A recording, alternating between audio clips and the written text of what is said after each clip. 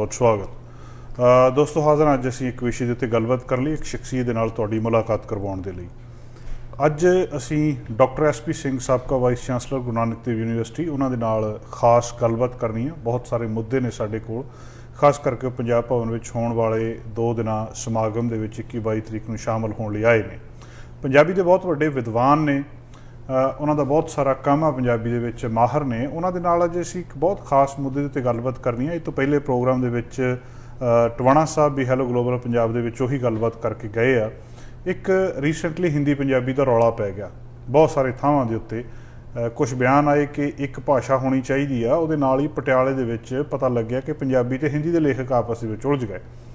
ਉੱਥੇ ਮਾਈਕ ਬੰਦ ਕਰ ਦਿੱਤਾ ਗਿਆ ਅਤੇ ਡਾਕਟਰ ਤੇਜਵੰਤ ਮਾਨ ਹੋਰਾਂ ਦਾ ਮਾਈਕ ਬੰਦ ਕਰਨ ਤੋਂ ਬਾਅਦ ਉਹ ਬਿਨਾਂ ਮਾਈਕ ਤੋਂ ਬੋਲੀ ਗਏ। ਭਾਸ਼ਾ ਵਿਭਾਗ ਦੇ ਜਿਹੜੇ ਉੱਥੇ ਦੇ ਇੰਚਾਰਜ ਨੇ ਉਹਨਾਂ ਨੇ ਕਿਹਾ ਕਿ ਕੋਈ ਇਸ ਤਰ੍ਹਾਂ ਦੀ ਉੱਥੇ ਜਿਹੜੀ ਉਹਨਾਂ ਦੇ ਨਾਲ ਦੁਰਵਿਵਹਾਰ ਵਾਲੀ ਗੱਲ ਨਹੀਂ ਹੋਈ। ਅਖਬਾਰਾਂ ਦੇ ਵਿੱਚ ਖਬਰਾਂ ਆਈਆਂ, ਕਿਸੇ ਨੇ ਇਹ ਵੀ ਕਿਹਾ ਵੀ 2 ਸਾਲ ਰੁਕ ਜਾਓ, ਅਸੀਂ ਦੱਸਾਂਗੇ ਹਿੰਦੀ ਕੀ ਹੁੰਦੀ ਆ। ਇਹ ਬਹੁਤ ਸਾਰੀਆਂ ਰਾਜਨੀਤੀ ਦੀਆਂ ਗੱਲਾਂ ਨੇ, ਅਸੀਂ ਉਹਨਾਂ ਵਿੱਚ ਨਹੀਂ ਜਾ ਰਹੇ। ਸਾਡਾ ਮਕਸਦ ਇੱਥੇ ਕੀ ਆ, ਭਾਸ਼ਾ ਦੀ ਜਿਹੜੀ ਸਮੱਸਿਆ ਆ ਇਹਨੂੰ ਥੋੜ੍ਹਾ ਜਿਹਾ ਸਪਸ਼ਟ ਕੀਤਾ ਜਾਵੇ ਕਿ ਦੁਨੀਆ ਦੀ ਸਾਰੀ ਇੱਕ ਭਾਸ਼ਾ ਹੋ ਜਾਵੇ ਠੀਕ ਨਹੀਂ ਆ। ਅਸੀਂ ਸਾਰੇ ਇੱਧਰ ਪੱਛਮ ਦੇ ਵਿੱਚ ਅੰਗਰੇਜ਼ੀ ਬੋਲਦੇ ਹਾਂ ਜਾਂ ਅੰਗਰੇਜ਼ੀ ਇੱਥੇ ਸਾਰੇ ਲੋਕ ਬੋਲਦੇ ਆ, ਬੜੇ ਵਧੀਆ ਦੇਸ਼ ਚੱਲਦੇ ਆ। ਭਾਰਤ ਦੇ ਵਿੱਚ ਬਹੁਤ ਸਾਰੀਆਂ ਭਾਸ਼ਾਵਾਂ ਨੇ, ਕਿੰਨੀਆਂ ਅਣਗਿਣਤ ਭਾਸ਼ਾਵਾਂ ਨੇ ਉੱਥੇ। ਇਹ ਕੀ ਮਸਲਾ ਕੀ ਆ, ਇਹ ਕੀ ਇੱਕ ਭਾਸ਼ਾ ਨਾਲ ਸਰ ਸਕਦਾ? ਜੇ ਨਹੀਂ ਸਰ ਸਕਦਾ ਤਾਂ ਵੱਖ-ਵੱਖ ਭਾਸ਼ਾਵਾਂ ਦਾ ਹੋਣਾ ਕਿਉਂ ਜ਼ਰੂਰੀ ਹੈ? ਜੇ ਉਹਨਾਂ ਨੇ ਹੋਣਾ ਤਾਂ ਫਿਰ ਉਹਨਾਂ ਦੀ ਹੋਂਦ ਕਿਸ ਪੱਧਰ ਦੇ ਉੱਤੇ ਹੋਣੀ ਚਾਹੀਦੀ ਹੈ? ਕੀ ਇੱਕ ਦੇਸ਼ ਦੇ ਵਿੱਚ ਵੱਖ-ਵੱਖ ਭਾਸ਼ਾਵਾਂ ਹੋਣੀਆਂ ਚਾਹੀਦੀਆਂ? ਇੱਕ ਦੇਸ਼ ਦੇ ਵਿੱਚ ਇੱਕ ਰਾਸ਼ਟਰੀ ਭਾਸ਼ਾ ਹੋਣੀ ਚਾਹੀਦੀ ਆ? ਕੀ ਸਾਰੀ ਦੁਨੀਆ ਦੀ ਇੱਕੋ ਭਾਸ਼ਾ ਹੋਣੀ ਚਾਹੀਦੀ ਹੈ? ਅੰਗਰੇਜ਼ੀ ਹੋ ਜਾਣੀ ਚਾਹੀਦੀ ਆ? ਇਹ ਬਹੁਤ ਸਾਰੀਆਂ ਗੰਭੀਰ ਗੱਲਾਂ ਆ, ਇਹਨਾਂ ਦੀ ਅਸੀਂ ਸਿਧਾਂਤਕ ਪੱਧਰ 'ਤੇ ਅੱਜ ਇਹਦੇ ਬਾਰੇ ਗੱਲਬਾਤ ਡਾਕਟਰ SP ਸਿੰਘ ਹੁਣਾਂ ਨਾਲ ਕਰਾਂਗੇ। ਭਾਸ਼ਾ ਦਾ ਮਸਲਾ ਕੀ ਹੈ? ਮਨੁੱਖ ਦੀ ਮਾਂ ਬੋਲੀ ਕਿਹੜੀ ਆ? ਉਹਨੂੰ ਬਾਕੀ ਭਾਸ਼ਾਵਾਂ ਸਿੱਖਣੀਆਂ ਚਾਹੀਦੀਆਂ? ਕੀ ਭਾਸ਼ਾਵਾਂ ਦੇ ਨਾਲ ਵੀ ਰਾਜਨੀਤੀ ਹੁੰਦੀ ਆ? ਆਮ ਤੌਰ 'ਤੇ ਇਹਨਾਂ ਚੀਜ਼ਾਂ ਨੂੰ ਲੋਕਾਂ ਨੂੰ ਵੰਡਣ ਦੇ ਵਿੱਚ ਵਰਤ ਲਿਆ ਜਾਂਦਾ, ਚਾਹੇ ਉਹ ਧਰਮ ਆ, ਚਾਹੇ ਉਹ ਭਾਸ਼ਾ ਆ, ਚਾਹੇ ਉਹ ਖਿੱਤਾ ਆ। ਲੋਕ ਵੰਡੇ ਜਾਂਦੇ ਨੇ ਇਹਦੇ ਉੱਤੇ, ਔਰ ਬਿਨਾਂ ਕਿਸੇ ਜਿਹੜੀ ਉਹਦੀ ਡੈਪਥ ਦੇ ਵਿੱਚ ਸਮਝਿਓ ਅਸੀਂ ਸਿੱਧੇ ਆਣ ਕੇ ਖੜੇ ਹੋ ਜਾਂਦੇ ਕਿ ਮੈਂ ਪੰਜਾਬੀ ਦੇ ਹੱਕ 'ਚ, ਉਹ ਕਹਿੰਦਾ ਮੈਂ ਹਿੰਦੀ ਦੇ ਹੱਕ 'ਚ, ਕੋਈ ਅੰਗਰੇਜ਼ੀ ਦੇ ਹੱਕ 'ਚ ਆ ਜਾਂਦਾ, ਕੋਈ ਦੂਜੀ ਭਾਸ਼ਾ ਦੇ। ਆਪਣੀ ਭਾਸ਼ਾ ਦੇ ਹੱਕ 'ਚ ਹੁੰਦਿਆਂ ਹੋਇਆਂ ਦੂਜੀ ਭਾਸ਼ਾ ਦੇ ਵਿਰੋਧ ਦੇ ਵਿੱਚ ਨਹੀਂ ਜਾਣਾ ਚਾਹੀਦਾ। ਇਹ ਗੱਲ ਸਮਝਣ ਦੀ ਲੋੜ ਆ ਕਿ ਇਹਦੇ ਪਿੱਛੇ ਵੀ ਕੋਈ ਰਾਜਨੀਤੀ ਤਾਂ ਨਹੀਂ ਹੁੰਦੀ ਕਿ ਤੁਹਾਨੂੰ ਭਾਸ਼ਾ ਦੇ ਆਧਾਰ ਦੇ ਉੱਤੇ ਤੁਸੀਂ ਵੰਡੇ ਜਾਂਦੇ ਆ। ਭਾਸ਼ਾ ਦੇ ਨਾਲ, ਭਾਸ਼ਾ ਨੇ ਉਸ ਭਾਸ਼ਾ ਦੇ ਮਨੁੱਖਾਂ ਦੇ ਨਾਲ, ਉੱਥੋਂ ਦੇ ਲੋਕਾਂ ਦੇ ਨਾਲ ਉਹਨੇ ਵੱਡੀ ਹੋਣਾ ਹੁੰਦਾ। ਦੁਨੀਆ ਦੇ ਵਿੱਚ ਜਿਸ ਤਰ੍ਹਾਂ ਬਹੁਤ ਸਾਰੇ ਪੌਦੇ ਖਤਮ ਹੋ ਜਾਂਦੇ ਆ, ਜਿਸ ਤਰ੍ਹਾਂ ਬਹੁਤ ਸਾਰੇ ਜਾਨਵਰਾਂ ਦੀ ਹੋਂਦ ਖਤਮ ਹੋ ਜਾਂਦੀ ਆ, ਕੀ ਭਾਸ਼ਾਵਾਂ ਨੂੰ ਵੀ ਇਸ ਤਰ੍ਹਾਂ ਦਾ ਖਤਰਾ ਹੁੰਦਾ? ਬਹੁਤ ਸਾਰੀਆਂ ਭਾਸ਼ਾਵਾਂ ਦੁਨੀਆ ਦੇ ਵਿੱਚ ਬਣਦੀਆਂ, ਬਹੁਤ ਸਾਰੀਆਂ ਭਾਸ਼ਾਵਾਂ ਖਤਮ ਹੋ ਜਾਂਦੀਆਂ, ਅਲੋਪ ਹੋ ਜਾਂਦੀਆਂ। ਇਹਨਾਂ ਦਾ ਜਿਉਂਦੇ ਰਹਿਣਾ ਕਿਉਂ ਜ਼ਰੂਰੀ ਆ? ਪੰਜਾਬੀ ਸਾਡੇ ਲਈ ਕਿਉਂ ਜ਼ਰੂਰੀ ਆ? ਜੇ ਇੱਥੇ ਛੱਡ ਕੇ ਅੰਗਰੇਜ਼ੀ ਬੋਲਣ ਲੱਗ ਜਾਈਏ ਕੀ ਸਰ ਨਹੀਂ ਸਕਦਾ? ਪੰਜਾਬੀ ਦੀ ਮਹੱਤਤਾ ਕੀ ਆ? ਭਾਰਤ ਵਿਚਲੇ ਪੰਜਾਬ ਦੇ ਵਿੱਚ ਪੰਜਾਬੀ ਦਾ ਰਹਿਣਾ ਕਿਉਂ ਜ਼ਰੂਰੀ ਆ? ਇਹ ਬਹੁਤ ਸਾਰੇ ਸਿਧਾਂਤਕ ਮਸਲੇ ਆ ਜਿਨ੍ਹਾਂ ਬਾਰੇ ਥੋੜ੍ਹਾ ਜਿਹਾ ਓਪਰੀ ਸਮਝ ਤੋਂ ਥੱਲੇ ਜਾਣ ਦੀ ਲੋੜ ਆ। ਇਹਨਾਂ ਚੀਜ਼ਾਂ ਦੀ ਡੂੰਘਾਈ ਨੂੰ ਸਮਝਣ ਦੀ ਲੋੜ ਆ। ਉਹ ਗੱਲਾਂ ਅੱਜ ਅਸੀਂ ਡਾਕਟਰ SP ਸਿੰਘ ਹੁਣਾਂ ਦੇ ਨਾਲ ਸਾਂਝੇ ਕਰਾਂਗੇ। ਡਾਕਟਰ ਸਾਹਿਬ, ਪ੍ਰੋਗਰਾਮ 'ਚ ਬਹੁਤ ਬਹੁਤ ਸਵਾਗਤ ਹੈ ਜੀ। ਜੀ ਧੰਨਵਾਦ ਜੀ। ਡਾਕਟਰ ਸਾਹਿਬ, ਇਹ ਭਾਸ਼ਾ ਦਾ ਕੀ ਮਸਲਾ ਆ? ਜੇ ਸਾਰਿਆਂ ਦੀ ਭਾਸ਼ਾ ਇੱਕ ਹੋ ਜੇ, ਇੱਥੇ ਬਹੁਤੇ ਅੰਗਰੇਜ਼ੀ ਬੋਲਦੇ ਆ, ਇੱਦਾਂ ਸਰ ਸਕਦਾ ਸਾਰੇ ਦੇਸ਼ ਦੇ ਵਿੱਚ ਵੱਖ ਭਾਸ਼ਾਵਾਂ ਨਾ ਹੀ ਹੋਣ? ਦੇਖੋ, ਹਰ ਭਾਸ਼ਾ ਔਰ ਹਰ ਖਿੱਤੇ ਲਈ ਇੱਕ ਵੱਖਰੀ ਜਿਹੜੀ ਹੈ ਸੋਚ ਹੁੰਦੀ ਹੈ ਜੀ। ਜਿੱਥੋਂ ਤੱਕ ਵੈਸਟਰਨ ਵਰਲਡ ਦੀ ਗੱਲ ਹੈ ਜੀ, ਉਹਦੇ ਵਿੱਚ ਵੈਸੇ ਹੀ ਭਾਸ਼ਾ ਇੱਕ ਸੀ, ਬਾਕੀ ਸਾਰੀਆਂ ਜਿਹੜੀਆਂ ਨੇ ਉਹ ਸਥਾਨਕ ਛੋਟੀਆਂ ਭਾਸ਼ਾਵਾਂ ਸਨ, ਜਿਹਨੂੰ ਅਸੀਂ ਡਾਇਲੈਕਟ ਕਹਿ ਲਓ, ਸਲੈਂਗ ਕਹਿ ਲਓ, ਉਸ ਹਿਸਾਬ ਨਾਲ ਲੈਂਦੇ ਸੀ ਜੀ। ਜੇ ਤੁਸੀਂ ਕੈਨੇਡਾ 'ਚ ਵੀ ਦੇਖੋ ਜੀ, ਤੇ ਇੱਥੇ ਵੀ ਭਾਸ਼ਾ ਦਾ ਮਸਲਾ ਜੀ। ਜਿਸ ਵੇਲੇ ਅਸੀਂ 4 ਫਰੈਂਚ ਸਟੇਟ ਦੀ ਗੱਲ ਕਰਨੇ ਆ ਜੀ ਜੀ ਜੀ, ਉਹ ਫਰੈਂਚ ਸਟੇਟ ਇੱਕ ਵੱਖਰੇ ਕੰਟਰੀ ਤੱਕ ਜਾਣ ਨੂੰ ਤਿਆਰ ਨੇ ਆਪਣੀ ਭਾਸ਼ਾ ਨੂੰ ਜਿਹੜਾ ਉਹ ਬਚਾਉਣ ਲਈ, ਕਿਉਂਕਿ ਭਾਸ਼ਾ ਦੇ ਨਾਲ ਮੇਰੀ ਭਾਸ਼ਾ ਕੋਈ ਆਪਣੇ ਆਪ 'ਚ ਅਲੱਗ ਥਲੱਗ ਚੀਜ਼ ਨਹੀਂ ਹੈ। ਭਾਸ਼ਾ ਦੇ ਨਾਲ ਸੱਭਿਆਚਾਰ ਜੁੜਿਆ ਆ ਜੀ, ਔਰ ਉਹ ਸੱਭਿਆਚਾਰ ਜਿਹੜਾ ਹੈ ਉਹ ਕਿਸੇ ਵੀ ਖਿੱਤੇ ਦੀ ਆਪਣੀ ਸੁਤੰਤਰ ਜਿਹੜੀ ਹੋਂਦ ਨੂੰ ਬਣਾਈ ਰੱਖਣ ਲਈ ਉਹਦੀ ਇੱਕ ਮਹੱਤਵਤਾ ਜਿਹੜੀ ਹੈ ਉਹ ਹੁੰਦੀ ਹੈ ਜੀ। ਦੂਜਾ, ਇਹਦੇ ਨਾਲ ਆਪਣਾ ਸਾਰਾ ਸੱਭਿਆਚਾਰ ਔਰ ਸਾਰੇ ਸਾਡੇ ਸੋਚ ਜਿਹੜੀ ਹੈ ਉਹ ਜੁੜੀ ਹੁੰਦੀ ਹੈ ਜੀ। ਲੇਕਿਨ ਵੈਸਟਰਨ ਵਰਲਡ ਨਾਲੋਂ ਫਿਰ ਵੀ ਵੱਖਰਾ ਹਿੰਦੁਸਤਾਨ ਜਿਹੜਾ ਹੈ ਉਹ ਇੱਕ ਡਾਇਵਰਸਿਫਾਈਡ ਜਿਹੜਾ ਇੱਕ ਕਲਚਰਲੀ ਵੀ ਔਰ ਭਾਸ਼ਾਈ ਵੀ ਤੌਰ ਦੇ ਉੱਤੇ ਜਿਹੜਾ ਉਹ ਦੇਸ਼ ਆ ਜੀ। ਬਦਕਿਸਮਤੀ ਨਾਲ ਇਹ ਕਹਿ ਲਓ ਕਿ ਜਿੱਥੇ ਤੱਕ ਹਿੰਦੀ ਪੰਜਾਬੀ ਦਾ ਮਸਲਾ ਹੈ ਇਹ ਨਾਲ ਧਰਮ ਨਾਲ ਵੀ ਜੁੜ ਗਿਆ ਕਿ ਜਦੋਂ ਤੋਂ ਹੀ 47 ਤੋਂ ਪਹਿਲਾਂ ਵੀ ਤੇ 47 ਤੋਂ ਬਾਅਦ ਵੀ ਸਾਰੇ ਮਸਲੇ ਜਿਸ ਵੇਲੇ ਪੰਜਾਬੀ ਭਾਸ਼ਾ ਦੇ ਹੁੰਦੇ ਹੈ ਉਹ ਪੰਜਾਬੀ ਔਰ ਹਿੰਦੀ ਜਿਹੜੀ ਹੈ ਉਹ ਇੱਕ ਵਿਰੋਧ ਵਿੱਚ ਖੜੀ ਹੋ ਜਾਂਦੀ ਹੈ ਪਿੱਛੇ ਬੈਕਗਰਾਊਂਡ ਜਿਹੜੀ ਹੈ ਉਹ ਧਰਮ ਨਾਲ ਜਿਹੜੀ ਹੈ ਉਹ ਬਣਾਈ ਜਾਂਦੀ ਹੈ, ਕਿਉਂਕਿ ਜਿਹੜੇ ਸਾਡੇ ਧਾਰਮਿਕ ਰਸਮਾਂ ਰਿਵਾਜ ਨੇ, ਉਹ ਧਾਰਮਿਕ ਰਸਮਾਂ ਰਿਵਾਜ ਜਿਹੜੇ ਸਿੱਖ ਧਰਮ ਦੀਆਂ ਜਿਹੜੀਆਂ ਨੇ ਉਹ ਪੰਜਾਬੀ ਨਾਲ ਜੁੜੀਆਂ ਨੇ, ਔਰ ਹਿੰਦੂ ਧਰਮ ਦੀਆਂ ਜਿਹੜੀਆਂ ਨੇ ਉਹ ਹਿੰਦੂ ਨਾਲ ਜੁੜੀਆਂ ਨੇ, ਹਿੰਦੀ ਨਾਲ ਜੁੜੀਆਂ ਨੇ। ਇਵੇਂ ਹੀ ਮੁਸਲਮਾਨ ਭਾਈਚਾਰੇ ਦੇ ਜਿਹੜੀਆਂ ਨੇ ਉਹ ਸਾਰੀਆਂ ਜਿਹੜੀਆਂ ਨੇ ਉਹ ਪਰਸ਼ੀਅਨ ਜਾਂ ਅਰੇਬਿਕ ਨਾਲ ਜੁੜੀਆਂ ਹੋਈਆਂ। ਸੋ ਭਾਸ਼ਾ, ਸੱਭਿਆਚਾਰ ਔਰ ਧਰਮ ਇਹ ਰਲਗੜ ਹੋ ਗਿਆ ਜਿੱਥੋਂ ਤੱਕ ਪੰਜਾਬ ਦਾ ਜਿਹੜਾ ਉਹ ਸੰਬੰਧ ਹੈ। ਔਰ ਉਹ ਪੰਜਾਬ ਦੇ ਸੰਬੰਧ ਦੇ ਵਿੱਚ ਭਾਸ਼ਾਈ ਫਾਰਮੂਲਾ ਜਦੋਂ ਬਣਿਆ ਸਾਰੇ ਹਿੰਦੁਸਤਾਨ ਵਿੱਚ, ਜਿਹੜਾ ਕਿ 1926 'ਚ ਕਮਿਟਡ ਸੀ ਕਿ ਅਸੀਂ ਭਾਸ਼ਾ ਦੇ ਆਧਾਰ 'ਤੇ ਸੂਬੇ ਬਣਾਵਾਂਗੇ, ਉਹ ਪੰਜਾਬ ਨੂੰ ਉਹ ਨਹੀਂ ਦਿੱਤਾ ਗਿਆ ਜੀ। ਇਹ ਮੰਨ ਕੇ ਕਿ ਇਹ ਜਿਹੜਾ ਸੀ ਇਹ ਜੇ ਅਸੀਂ ਖਿੱਤਾ ਇਹ ਆਧਾਰ ਬਣਾ ਦਿਆਂਗੇ ਤੇ ਇਹ ਸਿੱਖ ਪਾਪੂਲੇਸ਼ਨ ਦਾ ਜਿਹੜਾ ਇੱਕ ਮੈਜੋਰਟੀ ਵਾਲਾ ਇਲਾਕਾ ਬਣ ਜਾਏਗਾ, ਜਿਹਨੂੰ ਕੇਂਦਰ ਸਰਕਾਰ ਵੱਖ-ਵੱਖ ਸੋਚਾਂ ਕਰਕੇ ਨਹੀਂ ਸੀ ਚਾਹੁੰਦੀ। ਉਹਦੇ ਲਈ ਇੱਕ ਲੰਬੀ ਸਟਰਗਲ ਜਿਹੜੀ ਹੈ ਪੰਜਾਬੀ ਸੂਬਾ ਮੋਰਚਾ ਦੇ ਨਾਂ ਥੱਲੇ ਲੜੀ ਗਈ। ਉਸ ਵਿੱਚ ਇੱਕ ਡਿਵੀਜ਼ਨ ਵੀ ਹੋਈ, ਉਹ ਡਿਵੀਜ਼ਨ ਪੰਜਾਬ ਦੇ ਵਿੱਚ ਫਿਰਕੂ ਆਧਾਰ 'ਤੇ ਵੀ ਹੋਈ, ਲੇਕਿਨ ਉਹ ਕਾਫੀ ਹੱਦ ਤੱਕ ਹੁਣ ਉਹ ਵਖਰੇਵਾਂ ਜਿਹੜਾ ਉਹ ਮਿਟ ਗਿਆ। ਕਾਫੀ ਹੱਦ ਤੱਕ ਕਹਿ ਸਕਦੇ ਹਾਂ, ਪੂਰਨ ਤੌਰ 'ਤੇ ਨਹੀਂ। ਅਜੇ ਵੀ ਜਿਹੜੇ ਕੋਸ਼ਿਸ਼ ਹੁੰਦੀ ਹੈ ਹਿੰਦੀ ਮੀਡੀਅਮ ਸਕੂਲ ਚਲਾਉਣ ਦੀ ਜਾਂ ਹਿੰਦੀ ਪੜ੍ਹਾਉਣ ਦੀ ਜਾਂ ਹਿੰਦੀ ਨੂੰ ਜਿਹੜਾ ਇੱਕ ਆਪਣਾ ਆਧਾਰ ਬਣਾਉਣ ਦੀ, ਲੇਕਿਨ ਇਹ ਜਿਹੜਾ ਮਸਲਾ ਹੁਣ ਪੈਦਾ ਹੋਇਆ ਇਹਦੇ ਪਿੱਛੇ ਦੋ ਕਾਰਨ ਜਿਹੜੇ ਨੇ ਉਹ ਦੇਖੇ ਜਾ ਸਕਦੇ ਨੇ। ਜਿਹੜੀ ਗੱਲ ਪ੍ਰਧਾਨਗੀ ਕਰ ਰਹੇ ਹੁਕਮ ਚੰਦ ਰਾਜਪਾਲ ਦੀ ਗੱਲ ਸੀ, ਹੁਕਮ ਚੰਦ ਰਾਜਪਾਲ ਕੋਈ ਐਡਾ ਵੱਡਾ ਭਾਸ਼ਾਈ ਤੌਰ ਦੇ ਉੱਤੇ ਇਹੋ ਜਿਹਾ ਸਟੈਂਡ ਲੈਣ ਵਾਲਾ ਹੈ ਨਹੀਂ ਸੀ, ਕਿਉਂਕਿ ਉਹ ਪੰਜਾਬੀ ਯੂਨੀਵਰਸਿਟੀ 'ਚ ਵੀ, ਗੁਰੂ ਨਾਨਕ ਦੇਵ ਯੂਨੀਵਰਸਿਟੀ 'ਚ ਵੀ ਰਿਹਾ, ਔਰ ਉਹਨੇ ਗੁਰਬਾਣੀ 'ਚ ਵੀ ਦੂਜੇ ਵੀ ਨਾਲ ਨਾਲ ਕੰਮ ਕਰਦਾ ਰਿਹਾ, ਔਰ ਉਹਦਾ ਸਾਰਾ ਭਾਈਚਾਰਾ ਹੈ ਵੀ ਪੰਜਾਬੀ ਔਰ ਵਧੀਆ ਪੰਜਾਬੀ ਬੋਲਣ ਵਾਲਾ। ਇੱਕ ਤਾਂ ਕੇਂਦਰ ਸਰਕਾਰ 'ਚ ਤਬਦੀਲੀ ਕਰਕੇ, ਬੀਜੇਪੀ ਦਾ ਜਿਹੜਾ ਹਿੰਦੂ ਹਿੰਦੁਸਤਾਨ ਕਰਕੇ ਉਹਦੇ 'ਚ ਕੋਈ ਤਬਦੀਲੀ ਹੋ ਸਕਦੀ ਹੈ। ਦੂਜਾ ਉੱਥੇ ਇੱਕ ਮਸਲਾ ਜਦੋਂ ਛਿੜਿਆ, ਉਸ ਮਸਲੇ ਛਿੜਨ ਦੇ ਵਿੱਚ ਜਿਵੇਂ ਸਟੈਂਡ ਲੈ ਲਿਆ ਹੁੰਦਾ ਕਿ ਤੇਜਵੰਤ ਮਾਨ ਨੇ ਇੱਕ ਸਟੈਂਡ ਲੈ ਲਿਆ, ਉਹਨੇ ਦੂਜਾ ਲੈ ਲਿਆ, ਇਹੋ ਜਿਹੀ ਸਿਚੁਏਸ਼ਨ ਜਿਹੜੀ ਹੈ ਉਹ ਬਣੀ। ਔਰ ਇਹ ਕੋਈ ਬਹੁਤ ਹੀ ਲੰਬੀ ਚੌੜੀ ਸੋਚੀ ਨਹੀਂ ਸਮਝੀ ਜਾ ਸਕਦੀ। ਪੰਜਾਬ ਦੇ ਵਿੱਚ ਜੇ ਅਸੀਂ ਦੇਖੀਏ ਤਾਂ ਇੱਕ ਜ਼ਮਾਨਾ ਸੀ ਜਦੋਂ ਕੇਂਦਰੀ ਲੇਖਕ ਸਭਾ ਇੱਕੋ ਹੁੰਦੀ ਸੀ ਜੀ, ਔਰ ਉਹ ਸਾਰੀ ਪੰਜਾਬ ਦੀ ਇੱਕੋ ਪਾਵਰਫੁਲ ਰਾਈਟਰ ਲੌਬੀ ਸੀ ਮੰਨੀ ਜਾਂਦੀ ਸੀ। ਉਹਦਾ ਪ੍ਰਧਾਨ ਰਮੇਸ਼ ਕੁੰਤਲ ਮੇਘ ਸਰਬਸੰਮਤੀ ਨਾਲ ਬਣਿਆ ਸੀ, ਜਿਹੜਾ ਕਿ ਹਿੰਦੀ ਦਾ ਪ੍ਰੋਫੈਸਰ ਹੀ ਨਹੀਂ ਸੀ, ਬਲਕਿ ਯੂਪੀ ਦਾ ਸੀ, ਲਖਨਊ ਦਾ ਸੀ। ਅੱਛਾ ਜੀ। ਮਤਲਬ ਉਹ ਦੋ ਟਰਮਸ ਜਿਹੜੀਆਂ ਨੇ ਯੂਨਾਨੀਮਸਲੀ ਪੂਰੀ ਆਰਗੇਨਾਈਜੇਸ਼ਨ, ਰਾਈਟਰਸ ਦੀ ਆਰਗੇਨਾਈਜੇਸ਼ਨ ਜਿਹੜੀ ਆ, ਹੁਣ ਤਾਂ ਦੋ ਹਿੱਸੇ ਹੋ ਗਏ ਨੇ, ਉਦੋਂ ਦੋ ਹਿੱਸੇ ਵੀ ਨਹੀਂ ਸੀ ਹੋਏ। ਰਮੇਸ਼ ਕੁੰਤਲ ਮੇਘ ਜਿਹੜਾ ਰਿਹਾ ਔਰ ਅੱਜ ਤੱਕ ਉਹ ਅਸੈਪਟੇਬਲ ਰਿਹਾ। ਸੋ ਇਹੋ ਜਿਹਾ ਵਖਰੇਵਾਂ ਰਾਈਟਰਸ ਵਿੱਚ ਹੋਇਆ ਨਹੀਂ ਸੀ। ਸੋ ਇਹ ਮੰਦਭਾਗੀ ਘਟਨਾ, ਇਹਨੂੰ ਮਤਲਬ ਜਿਹੜਾ ਹੈ ਬਹੁਤ ਹੀ ਹਵਾ ਦੇਣ ਨਾਲੋਂ ਜੇਕਰ ਇਹਨੂੰ ਅਸੀਂ ਨਾ ਹੀ ਬਹੁਤਾ ਚਲਾਈਏ ਤਾਂ ਸਮਝਣਾ ਚਾਹੀਦਾ ਕਿ ਇਹਦੇ ਪਿੱਛੇ ਵੱਡੀ ਸਾਜ਼ਿਸ਼ ਨਹੀਂ, ਥੋੜ੍ਹੀ ਜਿਹੀ ਕੇਂਦਰ ਸਰਕਾਰ ਦੀ ਤਬਦੀਲੀ ਨਾਲ ਉਹਨਾਂ ਦੀ ਸੋਚ ਵਿੱਚ ਤਬਦੀਲੀ ਹੋ ਸਕਦੀ ਹੈ, ਲੇਕਿਨ ਇਹਨੂੰ ਅਸੀਂ ਜੇਕਰ ਵੱਡੇ ਇਸ਼ੂ 'ਚ ਨਾ ਲਈਏ ਤਾਂ ਉਹ ਨਹੀਂ ਹੋ ਸਕਦੀ। ਪਰ ਸਾਨੂੰ ਆਪਣੀ ਪੰਜਾਬੀ ਪ੍ਰਤੀ ਸਾਨੂੰ ਚੇਤੰਨ ਹੋਣ ਦੀ ਲੋੜ ਹੈ। ਪੰਜਾਬੀ ਪ੍ਰਤੀ ਸਾਡੀ ਜਿਹੜੀ ਪ੍ਰਤੀਬੱਧਤਾ ਉਹਨੂੰ ਪ੍ਰਗਟਾਉਣ ਦੀ ਲੋੜ ਹੈ, ਔਰ ਪੰਜਾਬੀ ਦੇ ਵਿਕਾਸ ਔਰ ਉਹਦੇ ਰਸਤੇ ਰੁਕਾਵਟਾਂ ਲਈ ਸਾਨੂੰ ਰਸਤਾ ਕਰਨ ਦੀ ਲੋੜ ਹੈ।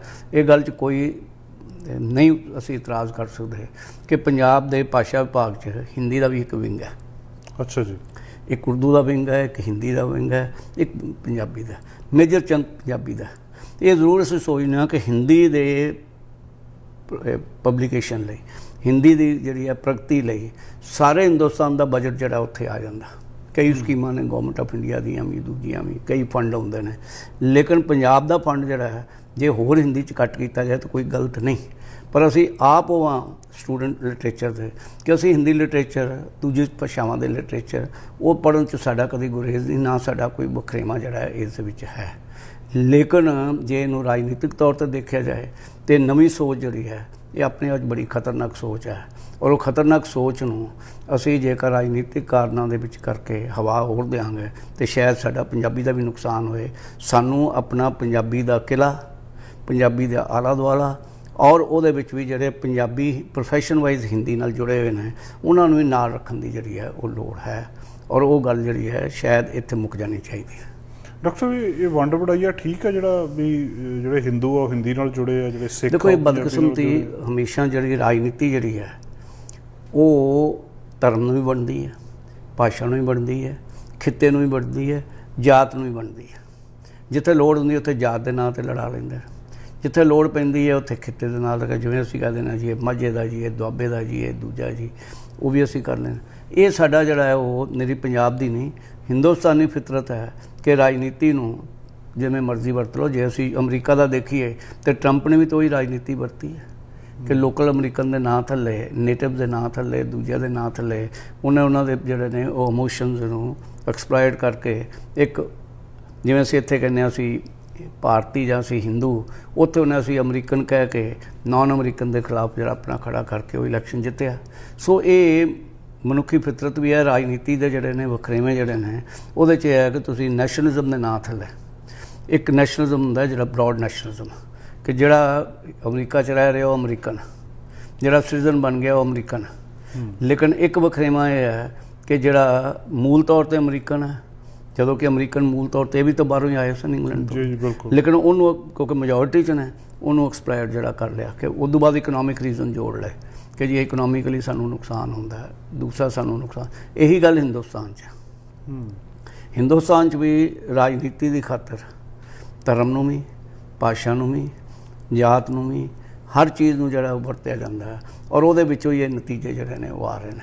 ਇਹਦੇ ਪਿੱਛੇ ਠੀਕ ਹੈ ਕਿ ਇੱਕ ਸਿਧਾਂਤਕ ਸੋਚ ਹਿੰਦੁਸਤਾਨ ਦੀ ਹੈ, ਲੇਕਿਨ ਉਹ ਸੋਚ ਨੂੰ ਅਸੀਂ ਭਾਸ਼ਾਈ ਨਹੀਂ, ਕਿਉਂਕਿ ਅਜੇ ਤੱਕ ਤੇ ਸਾਰੇ ਦਾ ਸਾਰਾ ਹਿੰਦੀ ਵਾਲਿਆਂ ਦਾ ਇਹ ਜ਼ੋਰ ਰਿਹਾ ਹੈ ਕਿ ਪੰਜਾਬੀ ਜਿਹੜੀ ਹੈ ਉਹ ਇੱਕ ਖੜੀ ਬੋਲੀ ਹੈ ਔਰ ਇਹ ਹਿੰਦੀ ਦਾ ਹੀ ਜਿਹੜਾ ਇੱਕ ਹਿੱਸਾ, ਜਿਵੇਂ ਸਿੱਖ ਧਰਮ ਜਿਹੜਾ ਉਹ ਇੱਕ ਜਿਹੜਾ ਹਿੰਦੂ ਧਰਮ ਦਾ ਹੀ ਜਿਹੜਾ ਇੱਕ ਹਿੱਸਾ, ਔਰ ਉਹ ਲਗਾਤਾਰ ਉਸੇ ਲਾਈਨ ਦੇ ਉੱਤੇ ਆ ਕੇ ਕਨਫਰੰਟੇਸ਼ਨ ਜਿਹੜੀ ਹੈ ਉਹ ਨਹੀਂ ਪੈਂਦੀ। ਪਰ ਜਿਸ ਵੇਲੇ ਕਨਫਰੰਟੇਸ਼ਨ ਪੈਦਾ ਹੁੰਦੀ ਹੈ ਉਸ ਵੇਲੇ ਜਿਹੜੇ ਨੇ ਵਖਰੇਵੇਂ ਜਿਹੜੇ ਨੇ ਉਹ ਭਾਸ਼ਾਈ ਤੌਰ 'ਤੇ ਵੀ, ਸੱਭਿਆਚਾਰਕ ਤੌਰ 'ਤੇ ਵੀ ਔਰ ਮਨੁੱਖਤਾ ਦੇ ਤੌਰ 'ਤੇ ਵੀ ਇੱਕ ਆਪਣੇ ਆਪ 'ਚ ਬੜੀ ਬਦਕਿਸਮਤੀ ਵਾਲੀ ਸਥਿਤੀ ਹੈ ਜਿਹੜੀ ਹਿੰਦੁਸਤਾਨ 'ਚ ਬੰਦੀ ਰਹਿੰਦੀ ਹੈ। ਹੁਣ ਵੀ ਜਿਹੜੀ ਹੈ ਉਹ ਬੰਦੀ ਰਹਿੰਦੀ ਹੈ, ਕਦੀ ਘਟ ਗਈ ਕਦੀ ਵੱਧ ਗਈ। ਲੇਕਿਨ ਪੰਜਾਬ ਦੇ ਵਿੱਚ ਇਹੋ ਜਿਹਾ ਵਖਰੇਵਾਂ ਜਿਹੜਾ ਕਿ ਲੇਖਕਾਂ ਦੇ ਤੌਰ ਦੇ ਉੱਤੇ ਹਿੰਦੀ ਜਾਂ ਪੰਜਾਬੀ ਦੇ ਵਿਰੋਧ 'ਚ ਖੜੇ ਹੋਣਾ, ਇਹ ਸ਼ਾਇਦ ਪਹਿਲੀ ਵਾਰੀ ਗੱਲ ਹੋਏਗੀ ਔਰ ਸ਼ਾਇਦ ਇਹ ਐਕਸੀਡੈਂਟਲ ਹੈ। ਅਤੇ ਜੇ ਐਕਸੀਡੈਂਟਲ ਹੈ ਤਾਂ ਇਹਨੂੰ ਬਹੁਤਾ ਹਵਾ ਨਹੀਂ ਦੇਣੀ ਚਾਹੀਦੀ। ਜੇ ਸੱਚੀ ਸੁੱਚੀ ਸੋਚ ਨਹੀਂ ਅਤੇ ਇੱਕ ਸੱਚ ਤੋਂ ਹਟ ਕੇ ਇੱਕ ਸੋਚੀ ਸਮਝੀ ਸਕੀਮ ਅਧੀਨ ਇਹ ਸਾਜ਼ਿਸ਼ ਕੀਤੀ ਜਾ ਰਹੀ ਹੈ ਅਤੇ ਉਹਦਾ ਡਟ ਕੇ ਵਿਰੋਧ ਵੀ ਹੋਣਾ ਚਾਹੀਦਾ। ਪੰਜਾਬੀ ਦੇ ਹੱਕ ਦੇ ਵਿੱਚ ਕੀ ਕੀਤਾ ਜਾਣਾ ਚਾਹੀਦਾ, ਜਾਂ ਪੰਜਾਬੀ ਦੀ ਕੀ ਹੋਂਦ ਨੂੰ ਖਤਰਾ ਆ, ਕੀ ਇਹ ਵਿਰੋਧ ਜਾਇਜ਼ ਨੇ? ਪੰਜਾਬੀ ਦੀ ਹੋਂਦ ਨੂੰ ਵੀ ਕੋਈ ਖਤਰਾ ਨਹੀਂ, ਨਾ ਵਿਰੋਧਾਂ ਨਾਲ ਕੋਈ ਖਤਰਾ ਹੈ। ਪੰਜਾਬੀ ਦੀ ਤੇ ਬਚਾਅ ਦੇ ਲਈ ਸਾਨੂੰ ਪੰਜਾਬੀਆਂ ਨੂੰ, ਭਾਵੇਂ ਸਿੱਖ ਨੇ, ਭਾਵੇਂ ਹਿੰਦੂ ਨੇ, ਭਾਵੇਂ ਮੁਸਲਮਾਨ ਨੇ, ਸਾਨੂੰ ਆਪਣੀ ਭਾਸ਼ਾ ਨੂੰ ਵਿਸਾਰਨਾ ਨਹੀਂ ਚਾਹੀਦਾ। ਬੋਲਣ ਤੋਂ ਲੈ ਕੇ ਲਿਖਣ ਪੜ੍ਹਨ ਤੱਕ ਜਿੱਥੋਂ ਤੱਕ ਵੀ ਜਾ ਸਕਦੇ ਅਸੀਂ ਜਾਈਏ। ਇੱਥੇ ਵੀ ਕੈਨੇਡਾ ਵਿੱਚ ਰਹਿੰਦੇ ਹੋਏ ਵੀ ਜੇਕਰ ਅਸੀਂ ਭਾਸ਼ਾ ਨੂੰ ਬਚਾਉਣਾ ਹੋਏਗਾ ਤਾਂ ਸਾਨੂੰ ਆਪਣੇ ਘਰਾਂ ਵਿੱਚ ਪੰਜਾਬੀ ਨੂੰ ਪੜ੍ਹਨਾ, ਲਿਖਣਾ, ਬੋਲਣਾ ਉੱਥੋਂ ਤੱਕ ਸੀਮਤ ਜ਼ਰੂਰ ਰੱਖਣਾ ਹੋਏਗਾ। ਲਿਟਰੇਚਰ ਪੜ੍ਹਨਾ ਜਾਂ ਨਾ ਪੜ੍ਹਨਾ ਉਹ ਸਾਰੀ ਜਿਹੜੀ ਹੈ ਉਹ ਸੈਕੰਡਰੀ ਗੱਲ ਜਿਹੜੀ ਹੁੰਦੀ ਹੈ। ਸੋ ਹਮੇਸ਼ਾ ਹੀ ਜੇ ਤੁਸੀਂ ਆਪਣੀ ਭਾਸ਼ਾ ਨੂੰ ਬਚਾਉਣਾ ਤਾਂ ਉਹ ਘਰ ਤੋਂ ਸ਼ੁਰੂ ਹੋਣੀ ਹੈ। ਉਸ ਤੋਂ ਬਾਅਦ ਜਿਹੜੀਆਂ ਨੇ ਸਰਕਾਰੀ ਜਿਹੜੀਆਂ ਨੇ ਸਹੂਲਤਾਂ ਅਤੇ ਦੂਜੀਆਂ ਸਾਰੀਆਂ ਗੱਲਾਂ ਜਿਹੜੀਆਂ ਨੇ ਉਹ ਹੋਣੀਆਂ ਨੇ।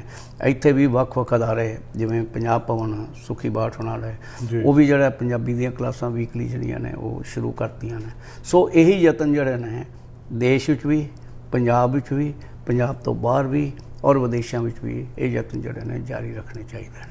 ਡਾਕਟਰ ਸਾਹਿਬ, ਇੱਥੇ ਬੱਚੇ ਪੁੱਛਦੇ ਆ, ਜਿਹੜੇ ਇੱਥੇ ਦੇ ਬੋਰਨ ਬੱਚੇ ਆ, ਜਿਹੜੇ ਲੋਕ ਉੱਥੋਂ ਮਾਈਗ੍ਰੇਟ ਹੋ ਕੇ ਜਨਮ ਉਹਨਾਂ ਦਾ ਪੰਜਾਬ 'ਚੋਂ ਆਏ, ਇੱਧਰ ਆ ਗਏ, ਉਹਨਾਂ ਦੇ ਬੱਚੇ ਇੱਥੇ ਸਵਾਲ ਕਰਦੇ ਆ ਅਸੀਂ ਪੰਜਾਬੀ ਕਿਉਂ ਸਿੱਖੀਏ, ਕੀ ਕਹੀਏ ਉਹਨਾਂ ਨੂੰ? ਦੇਖੋ, ਜਿਹੜਾ ਭਾਸ਼ਾ ਔਰ ਸੱਭਿਆਚਾਰ ਇਹਦਾ ਸੰਬੰਧ ਕਿਸੇ ਮੋਟਿਵ ਨਾਲ, ਕਿਸੇ ਸਫਾਰਤ ਜਿਹੜੀ ਤੁਸੀਂ ਕਹਿ ਲਓ ਕਿ ਸਵਾਰਥੀ ਸੋਚ ਨਾਲ ਨਹੀਂ ਜੁੜਦਾ, ਬਲਕਿ ਉਹਦਾ ਸੰਬੰਧ ਤੁਹਾਡੀ ਆਪਣੀ ਭਾਵਨਾ ਨਾਲ ਜੁੜਦਾ। ਅਤੇ ਜੇ ਅਸੀਂ ਸੱਭਿਆਚਾਰ ਦੇ ਤੌਰ 'ਤੇ ਗੱਲ ਕਰੀਏ ਕਿ ਇੱਥੇ ਵਿਆਹਾਂ ਵਿੱਚ ਦੂਜਿਆਂ 'ਚ ਸਾਰਾ ਪੰਜਾਬੀ ਜਿਹੜੀ ਹੈ ਵਰਤੀ ਜਾਂਦੀ ਹੈ, ਇੱਥੇ ਬਲਕਿ ਪੰਜਾਬ ਨਾਲੋਂ ਵੀ ਵੱਧ ਜਿਹੜਾ ਉਹ ਸੱਭਿਆਚਾਰਕ ਤੌਰ 'ਤੇ ਵਿਆਹਾਂ ਦੇ ਵਿੱਚ ਜਿਹੜੀ ਹੈ ਉਹ ਪੰਜਾਬੀ ਆਉਂਦੀ ਹੈ। ਕਿ ਮਾਈਆਂ ਦਾ ਜਿਹੜਾ ਰਸਮ ਹੈ ਇੱਥੇ ਸਭ ਤੋਂ ਵੱਧ ਮਹੱਤਵਪੂਰਨ ਹੈ, ਪੰਜਾਬ ਹੀ ਤਾਂ ਖਤਮ ਹੀ ਹੋ ਗਈ ਹੈ। ਜੇਕਰ ਅਸੀਂ ਆਪਣੇ ਆਪ ਨੂੰ ਸੱਭਿਆਚਾਰ ਨਾਲ ਜੋੜਨਾ, ਜੇ ਅਸੀਂ ਆਪਣੀ ਇਕਾਈ ਬਣਾਉਣੀ ਹੈ, ਜੇ ਅਸੀਂ ਕੈਨੇਡਾ 'ਚ ਰਹਿੰਦੇ ਹੋਏ ਵੀ ਪੰਜਾਬੀ ਇੱਕ ਆਪਣਾ ਹਿੱਸਾ ਬਣਾਉਣਾ, ਅਤੇ ਫਿਰ ਜਿਹੜੀ ਹੈ ਉਹਦਾ ਬੇਸ ਜਿਹੜਾ ਹਮੇਸ਼ਾ ਭਾਸ਼ਾ ਹੋਏਗਾ, ਧਰਮ ਸੈਕੰਡਰੀ ਹੋਏਗਾ। ਅਤੇ ਜੇ ਧਰਮ ਦੇ ਤੌਰ 'ਤੇ ਦੇਖੀਏ ਅਤੇ ਜੇ ਅਸੀਂ ਸਿੱਖ ਹਾਂ ਅਤੇ ਸ਼ਾਇਦ ਜੇ ਭਾਸ਼ਾ ਨਹੀਂ ਹੈਗੀ ਅਤੇ ਸਿੱਖ ਵੀ ਕੋਈ ਨਹੀਂ ਰਹਿ ਸਕਦਾ।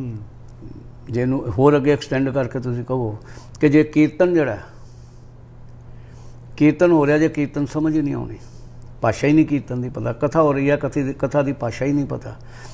ਹੁਣ ਕੀਰਤਨ ਦੇ ਵਿੱਚ ਅੰਗਰੇਜ਼ੀ ਤਾਂ ਨਹੀਂ ਵਰਤੀ ਜਾ ਸਕਦੀ ਜੀ, ਕਿਉਂਕਿ ਇਹਦੇ ਨਾਲ ਇੱਕ ਤੁਹਾਡੀ ਆਤਮਿਕ ਸ਼ਾਂਤੀ ਲਈ ਇੱਕ ਸੰਗੀਤਕ ਜਿਹੜਾ ਮਾਹੌਲ ਦੀ ਵੀ ਜਿਹੜੀ ਲੋੜ ਹੈ।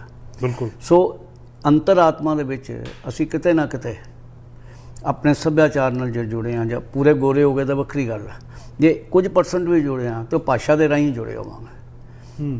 ਉਹ ਭਾਸ਼ਾ ਦੇ ਰਾਹੀਂ ਜੁੜੇ ਹੋਣਾ ਜਿਹੜਾ ਹੈ ਉਹ ਸਾਡੀ ਲੋੜ ਹੈ, ਉਹ ਲੋੜ ਹੈ ਰੂਹ ਦੀ ਖੁਰਾਕ ਲਈ। ਜੀ, ਬੇਸ਼ੱਕ ਰੁਜ਼ਗਾਰ ਨਾਲ ਸੰਬੰਧ ਨਾ ਹੋਵੇ, ਪਰ ਜੇ ਤੁਸੀਂ ਸੁਖੀ ਬਾਟ ਉਹਨਾਂ ਦੇ ਪਿੱਛੇ ਇੰਟਰਵਿਊ ਸੁਣੀ ਹੋਵੇ ਤੇ ਉਹ ਕਹਿੰਦਾ ਮੈਨੂੰ ਪਹਿਲੀ ਨੌਕਰੀ ਇੱਥੇ ਮਿਲੀ ਸੀ ਸਰਫੇਸ ਕਰਕੇ ਕਿ ਸਾਰੇ ਕੈਂਡੀਡੇਟਸ 'ਚੋਂ ਮੈਂ ਇਕੱਲਾ ਪੰਜਾਬੀ ਬੋਲਣ ਵਾਲਾ ਸੀ, ਤੇ ਉਹਨਾਂ ਨੂੰ ਲੱਗਾ ਕਿ ਸਾਡੇ ਕੋਲ ਪੰਜਾਬੀ ਕਸਟਮਰ ਆਉਂਦੇ ਨੇ ਤੇ ਪੰਜਾਬੀ ਬੋਲਣ ਵਾਲਾ ਚਾਹੀਦਾ, ਤੇ ਮੈਨੂੰ ਪੰਜਾਬੀ ਕਰਕੇ ਨੌਕਰੀ ਜਿਹੜੀ ਹੈ ਉਹ ਮਿਲ ਗਈ। ਸੋ ਇਹ ਰੁਜ਼ਗਾਰ ਹਿੱਸਾ ਹੈ, ਲੇਕਿਨ ਸਭ ਕੁਝ ਰੁਜ਼ਗਾਰ ਨਹੀਂ। ਜੇ ਸਭ ਕੁਝ ਰੁਜ਼ਗਾਰ ਨਹੀਂ ਤੇ ਫਿਰ ਆਤਮਿਕ ਸ਼ਾਂਤੀ ਲਈ, ਰੂਹ ਦੀ ਖੁਰਾਕ ਲਈ, ਆਪਣੀ ਧਾਰਮਿਕ ਜਿਹੜੀਆਂ ਨੇ ਅਕੀਦਿਆਂ ਲਈ, ਆਪਣੇ ਸੱਭਿਆਚਾਰਕ ਕਦਰਾਂ ਕੀਮਤਾਂ ਲਈ ਅਸੀਂ ਜ਼ਰੂਰ ਜਿਹੜਾ ਉਹ ਆਪਣੇ ਆਪ ਨੂੰ ਉਸ ਭਾਸ਼ਾ ਨਾਲ ਜੋੜ ਕੇ ਰੱਖਾਂਗੇ, ਔਰ ਉਹਦੇ ਲਈ ਪੰਜਾਬੀ ਹਮੇਸ਼ਾ ਮਹੱਤਵਪੂਰਨ ਰਹੇਗੀ। ਜੇ ਤੁਸੀਂ ਰਸੂਲ ਹਮਜ਼ਾ ਤੋਪ ਦੀ ਕਿਤਾਬ ਪੜ੍ਹੋ ਜੀ, ਤੇ ਉਹ ਸਮਝਦੇ ਨੇ ਕਿ ਜੇਕਰ ਮਾਤ ਭਾਸ਼ਾ ਨਹੀਂ ਤੇ ਬੰਦਾ ਜਿਉਂਦਾ ਹੀ ਨਹੀਂ ਹੈਗਾ। ਕਿ ਜੇ ਉਹ ਵਿੱਚ ਆਉਂਦੀ ਉਹਦੇ 'ਚ ਕਹਾਣੀ ਵੀ ਆਉਂਦੀ ਹੈ ਕਿ ਪੁੱਤਰ ਜਿਹੜਾ ਉਹ ਫਰਾਂਸ ਗਿਆ ਤੇ ਮਾਂ ਪੁੱਛਦੀ ਹੈ ਕਿ ਉਹਨੇ ਤੇਰੇ ਨਾਲ ਗੱਲਾਂ ਜਿਹੜੀਆਂ ਨੇ ਕਾਹਦੇ 'ਚ ਕੀਤੀਆਂ, ਉਹ ਕਹਿੰਦੇ ਫਰੈਂਚ 'ਚ ਕੀਤੀਆਂ, ਤੇ ਉਹਨੇ ਆਪਣੇ ਸਿਰ ਤੋਂ ਦੁਪੱਟਾ ਲਾਤਾ ਕਿ ਮੇਰਾ ਪੁੱਤਰ ਮਰ ਗਿਆ। ਸੋ ਤੁਸੀਂ ਆਪਣੇ ਭਾਈਚਾਰਕ ਤੌਰ 'ਤੇ ਵੀ, ਈਵਨ ਰਾਜਨੀਤਿਕ ਤੌਰ 'ਤੇ ਵੀ ਜਿਹੜਾ ਭਾਈਚਾਰਾ ਜਿਹੜਾ ਅਸੀਂ ਕਹਿੰਦੇ ਸਾਡੇ NA MP ਐਡੇ ਸਾਡੇ MLA ਜਿਹੜੇ ਨੇ ਪੰਜਾਬੀ ਬਣ ਗਏ ਜੀ, ਫਿਰ ਭਾਰਤੀ ਬਣ ਗਏ ਜੀ। ਉਹ ਭਾਰਤੀ ਜਾਂ ਪੰਜਾਬੀ ਤਾਂ ਹੀ ਹੋਣਗੇ ਜੇ ਉਹਦੇ 'ਚ ਭਾਸ਼ਾ ਦਾ ਕੋਈ ਆਧਾਰ ਹੋਏਗਾ, ਸੱਭਿਆਚਾਰ ਦਾ ਕੋਈ ਆਧਾਰ ਹੋਏਗਾ। ਜੇ ਭਾਰਤ ਦੇ ਵਿੱਚ ਭਾਸ਼ਾ ਦੀ ਗੱਲ ਕਰੀਏ, ਇਹਨਾਂ ਤਿੰਨਾਂ ਪੱਧਰਾਂ ਨੂੰ ਕਿੱਦਾਂ ਦੇਖਿਆ ਜਾ ਸਕਦਾ? ਸਾਰਾ ਪੰਜਾਬ ਇਸ ਵੇਲੇ ਜਿਹੜਾ ਅੰਗਰੇਜ਼ੀ ਸਿੱਖ ਰਿਹਾ, ਐਸਟੈਬਲਿਸ਼ਡ ਹੋ ਚੁੱਕਾ ਹੈ ਵੈਸੇ ਤੇ 3 ਭਾਸ਼ਾਈ ਫਾਰਮੂਲਾ ਇੱਕ ਕਿ ਇੱਕ ਭਾਸ਼ਾ ਜਿਹੜੀ ਹੈ ਉਹ ਸਟੇਟ ਦੀ ਹੈ। ਅੱਛਾ ਜੀ। ਜਿਵੇਂ ਜੇ ਅਸੀਂ ਪੰਜਾਬ ਦੇ ਕੰਟੈਕਸਟ ਕਰੀਏ ਤਾਂ ਪੰਜਾਬ ਦੀ ਪੰਜਾਬੀ ਇੱਕ ਹੈ। ਅਸੀਂ ਕਹਿੰਦੇ ਹਾਂ ਕਿ ਇਸ ਤੋਂ ਬਾਅਦ ਹਰ ਇੱਕ ਨੂੰ ਹਿੰਦੀ ਪੜ੍ਹਨੀ ਚਾਹੀਦੀ ਹੈ, ਔਰ ਇੰਗਲਿਸ਼ ਜਿਹੜੀ ਹੈ ਲੋੜ ਮੁਤਾਬਕ ਜਿਹੜੀ ਹੈ ਉਹ ਜ਼ਰੂਰ ਪੜ੍ਹੀ ਜਾਵੇ, ਕਿਉਂਕਿ ਅਸੀਂ ਇੰਟਰਨੈਸ਼ਨਲ ਭਾਸ਼ਾ ਦੇ ਤੌਰ 'ਤੇ ਕੋਈ ਵਿਰੋਧ ਨਹੀਂ, ਕਿਉਂਕਿ ਤਿੰਨਾਂ ਦੀ ਯੂਟਿਲਿਟੀ ਹੈ। ਇੱਕ ਦੀ ਕਲਚਰ ਰੁਜ਼ਗਾਰ ਕਰਕੇ, ਦੂਜੇ ਦੀ ਜਿਹੜੀ ਹੈ ਉਹ ਤੁਹਾਨੂੰ ਜਿਹੜਾ ਸਰਬ ਭਾਰਤੀ ਪੱਧਰ 'ਤੇ ਇੱਕ ਆਪਣੇ ਸੰਬੰਧ ਬਣਾਉਣ ਲਈ, ਔਰ ਤੀਸਰਾ ਜਿਹੜਾ ਉਹ ਅੰਤਰਰਾਸ਼ਟਰੀ ਪੱਧਰ 'ਤੇ। ਔਰ ਜਿਹੜੀ ਜਦੋਂ ਅਸੀਂ ਵੀ ਸਟੂਡੈਂਟ ਸੀ ਜੀ, ਸੇ 60s ਵਿੱਚ ਗੱਲ ਕਰ ਰਿਹਾ ਮੈਂ, ਉਦੋਂ ਵੀ ਅਸੀਂ ਇਹ ਤਿੰਨੇ ਭਾਸ਼ਾਵਾਂ ਪੜ੍ਹੀਆਂ। ਔਰ ਸ਼ੌਂਕ ਲਈ ਜਿਹੜੇ ਉਹ ਤੁਸੀਂ ਹੋਰ ਭਾਸ਼ਾਵਾਂ ਜਿਹੜੀਆਂ ਨੇ, ਕੋਈ ਉਰਦੂ ਪੜ੍ਹ ਲੈਂਦਾ, ਕੋਈ ਦੂਜਾ ਪੜ੍ਹ ਲੈਂਦਾ, ਕੋਈ ਫਰੈਂਚ ਪੜ੍ਹ ਲੈਂਦਾ, ਕੋਈ ਜਰਮਨ ਪੜ੍ਹ ਲੈਂਦਾ, ਉਹ ਸ਼ੌਂਕ ਲਈ ਸਾਰੀਆਂ ਨੇ। ਔਰ ਵਿਰੋਧ ਦਾ ਇੱਕ ਲੈਵਲ ਜੇ ਤੁਸੀਂ ਉਵੇਂ ਦੇਖਣਾ ਹੋਵੇ ਤੇ ਮੇਰੇ ਫਾਦਰ ਅਕਾਲੀ ਹੁੰਦੇ ਸਨ ਜੀ, ਔਰ ਉਹ ਪੰਜਾਬੀ ਸੂਬਾ ਮੋਰਚਾ 'ਚ ਜੇਲ੍ਹਾਂ 'ਚ ਵੀ ਜਾਂਦੇ ਸਨ, ਔਰ ਉਹਨਾਂ ਨੂੰ ਹਿੰਦੀ ਨਹੀਂ ਸੀ ਆਉਂਦੀ। ਤੇ ਜਿਸ ਵੇਲੇ ਇੱਕ ਵਾਰੀ ਪੰਜਾਬੀ ਸੂਬਾ ਮੋਰਚਾ ਹੋਇਆ ਤਾਂ ਲਗਾਤਾਰ 6 ਮਹੀਨੇ ਜੇਲ੍ਹ ਉਦੋਂ ਹਿੰਦੀ ਸਿੱਖ ਕੇ ਆਇਆ। ਮਤਲਬ ਪੰਜਾਬੀ ਸੂਬੇ ਮੋਰਚੇ ਵਿੱਚ ਲੇਕਿਨ ਉਹਦਾ ਮਤਲਬ ਇਹ ਨਹੀਂ ਸੀ ਕਿ ਹਿੰਦੀ ਦਾ ਵਿਰੋਧ ਹੈ। ਹਿੰਦੀ ਉਹਨਾਂ ਨੇ ਜੇਲ੍ਹ 'ਚ ਉੱਥੋਂ ਦੇ ਹੀ ਇੰਸਟਰਕਟਰ ਤੋਂ ਲੈ ਕੇ ਸਿੱਖੀ ਕਿ ਹੁਣ ਮੈਂ ਆਪਣਾ ਵਕਤ ਜਿਹੜਾ ਉਹ ਕਿਸੇ ਚੰਗੇ ਪਾਸੇ ਲਾਵਾਂ, ਔਰ ਹਿੰਦੀ ਸਿੱਖ ਕੇ ਆਏ। ਸੋ ਵਿਰੋਧ ਇਸ ਤਰ੍ਹਾਂ ਅੰਤਰ-ਆਤਮਾ ਦੇ ਤੌਰ 'ਤੇ ਵਿਰੋਧ ਕਿਸੇ ਭਾਸ਼ਾ ਦਾ ਨਹੀਂ ਹੈ, ਨਾ ਲਿਟਰੇਚਰ ਦਾ। ਜੇ ਅਸੀਂ ਕਹੀਏ ਕਿ ਹੁਣ ਤੁਸੀਂ ਕ੍ਰਿਸ਼ਨਾ ਸੋਪਤੀ ਦੀ ਗੱਲ ਕਰੋ, ਜੀ, ਮਿੱਤਰੋ ਮਰ ਜਾਣੀ ਜਿਹੜੇ ਉਹਨਾਂ ਹੀ ਪੰਜਾਬੀ ਆ ਜਿੰਨਾ ਕੋਈ ਹਿੰਦੀ ਹੈ, ਸੋ ਸਕ੍ਰਿਪਟ ਬਦਲ ਦਿਓ ਉਹਦੀ। ਇਵੇਂ ਆਪਣਾ ਮੰਟੋ ਦੀ ਗੱਲ ਕਰ ਲਓ ਜੀ, ਇਸੇ ਤਾਂ ਇੰਗਲਿਸ਼ ਖੁਸ਼ਵੰਤ ਸਿੰਘ ਜਾਂ ਮੁਲਕ ਰਾਜ ਆਨੰਦ ਦੀ ਗੱਲ ਕਰ ਲਓ। ਭਾਸ਼ਾ ਕਿਤੇ ਸੱਭਿਆਚਾਰ ਦਾ ਦੂਜਾ ਵਖਰੇਵਾਂ ਜਿਹੜਾ ਉਹ ਨਹੀਂ ਪੈਦਾ ਕਰਦੀ, ਬਲਕਿ ਰਲ ਕੇ ਚੱਲਣ ਦੀ ਇੱਕ ਭਾਵਨਾ ਪੈਦਾ ਕਰਦੀ।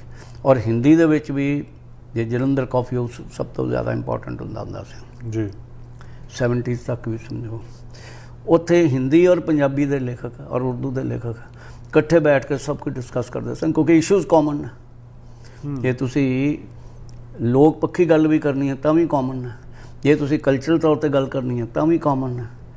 ਹੁਣ ਕ੍ਰਿਸ਼ਨਾ ਸੋਪਤੀ ਬਹੁਤ ਪਹਿਲਾਂ ਪੰਜਾਬ 'ਚ ਰਹੀ ਹੈ, ਨਿਰੀ ਉਹਦੀ ਡਿਕਸ਼ਨ ਜਿਹੜੀ ਹੈ ਉਹ ਪੰਜਾਬੀ ਕਲਚਰ ਦੀ ਨਹੀਂ ਸੀ, ਬਲਕਿ ਉਹਨੇ ਪੰਜਾਬੀ ਇਸਤਰੀ ਦਾ ਜਿਹੜਾ ਸਟਾਈਲ ਹੈ ਜੀ, ਜਿਹੜੀ ਮਿੱਤਰੋ ਮਰ ਜਾਣੀ ਜਿਵੇਂ ਦਾ ਬਹੁਤ ਮਸ਼ਹੂਰ ਹੈ, ਉਹਨੂੰ ਉਹਨੇ ਡਿਪਿਕਸ਼ਨ ਕੀਤੀ। ਉਹ ਪੰਜਾਬੀ ਔਰਤ ਹੈ ਔਰ ਪੰਜਾਬੀ ਵੀ ਮਾਲਵੇ ਦੀ ਔਰਤ ਹੈ। ਸੋ ਇਹ ਗੱਲ ਜਿਹੜੀ ਹੈ, ਇਹ ਵਖਰੇਵਾਂ ਜਿਹੜਾ ਹੈ, ਇਹ ਬਾਹਰੀ ਵਖਰੇਵਾਂ ਹੈ, ਉਹਨਾਂ ਲੋਕਾਂ ਦੁਆਰਾ ਪੈਦਾ ਕੀਤਾ ਆ ਜਿਨ੍ਹਾਂ ਲੋਕਾਂ ਦਾ ਕਿਸੇ ਨਾ ਕਿਸੇ ਢੰਗ ਰਾਹੀਂ ਰਾਜਨੀਤੀ ਜਾਂ ਕੋਈ ਨਾ ਕੋਈ ਸਵਾਰਥ ਇਹਦੇ ਨਾਲ ਜੁੜਿਆ ਹੋਇਆ ਜਿਹੜਾ ਸਾਰਾ ਮਾਹੌਲ ਜਿਹੜਾ ਉਹ ਗੰਦਲਾ ਕਰਨ ਦੀ ਕੋਸ਼ਿਸ਼ ਹੁੰਦੀ ਹੈ।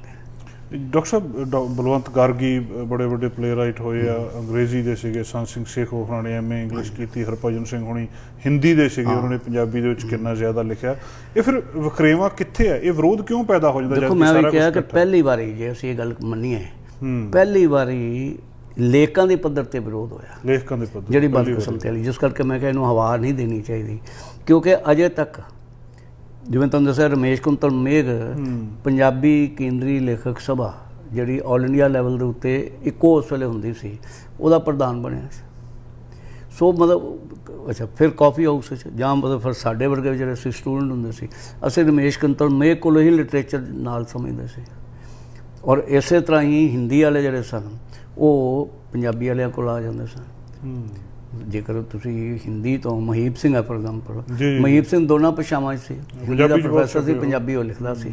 ਤੇਜਵੰਤ ਗਿੱਲ ਜਿਹੜਾ ਇੰਗਲਿਸ਼ ਪੜ੍ਹਾਉਂਦਾ ਸੀ ਲੇਕਿਨ ਪੰਜਾਬੀ ਜਿਹੜਾ ਸੀ ਉਹ ਲਿਖਦਾ ਸੀ। ਸੰਤ ਸਿੰਘ ਸੇਖੋਂ ਜਿਹੜਾ ਉਹ ਇਕਨੋਮਿਕਸ ਵਾਲਾ ਸੀ, ਉਹ ਪੰਜਾਬੀ ਸੀ। ਪ੍ਰੋਫੈਸਰ ਮੋਹਨ ਸਿੰਘ ਪਰਸ਼ੀਅਨ ਵਾਲਾ ਸੀ ਫਿਰ ਸੀ। ਸੋ ਭਾਸ਼ਾ ਦਾ ਕੋਈ ਵਖਰੇਵਾਂ ਕੋਈ ਨਹੀਂ ਹੈਗੇ। ਵਖਰੇਵਾਂ ਜਿਹੜਾ ਉਹ ਸਵਾਰਥੀ ਅੰਸਰਾਂ ਦਾ ਪੈਦਾ ਕੀਤਾ ਹੋਇਆ, ਔਰ ਇਹਨੂੰ ਮਤਲਬ ਚੰਗਾ ਇਹ ਹੈ ਕਿ ਇਹਨੂੰ ਹਵਾ ਕੱਟ ਦਿੱਤੀ ਜਾਏ ਲੇਕਿਨ ਆਪਣਾ ਕਿਲਾ ਪੱਕਾ ਰੱਖ ਕੇ ਚੱਲਿਆ ਜਾਏ। ਜੀ ਡਾਕਟਰ ਸਾਹਿਬ ਅਸੀਂ ਗੱਲਬਾਤ ਜਾਰੀ ਰੱਖਦੇ ਹਾਂ ਜੀ ਇੱਕ ਕਮਰਸ਼ੀਅਲ ਬ੍ਰੇਕ ਤੋਂ ਬਾਅਦ। ਦੋਸਤੋ ਡਾਕਟਰ ਐਸਪੀ ਸਿੰਘ ਹੋਣਾ ਦੇ ਨਾਲ ਅਸੀਂ ਅੱਜ ਗੱਲਬਾਤ ਕਰ ਰਹੇ ਹਾਂ ਬਹੁਤ ਸਾਰੇ ਮਸਲਿਆਂ ਦੇ ਉੱਤੇ। ਹਿੰਦੀ ਪੰਜਾਬੀ ਦਾ ਇੱਕ ਜਿਹੜਾ ਰੌਲਾ ਜਿਹਾ ਪਿਆ ਉਹਨੂੰ ਵੀ ਅਸੀਂ ਸਪਸ਼ਟ ਕਰਨ ਦੀ ਕੋਸ਼ਿਸ਼ ਕਰ ਰਹੇ ਹਾਂ। ਇਹ ਗੱਲਬਾਤ ਅਸੀਂ ਇਸੇ ਤਰ੍ਹਾਂ ਜਾਰੀ ਰੱਖਦੇ ਹਾਂ ਇਸ ਕਮਰਸ਼ੀਅਲ ਬ੍ਰੇਕ ਤੋਂ ਬਾਅਦ।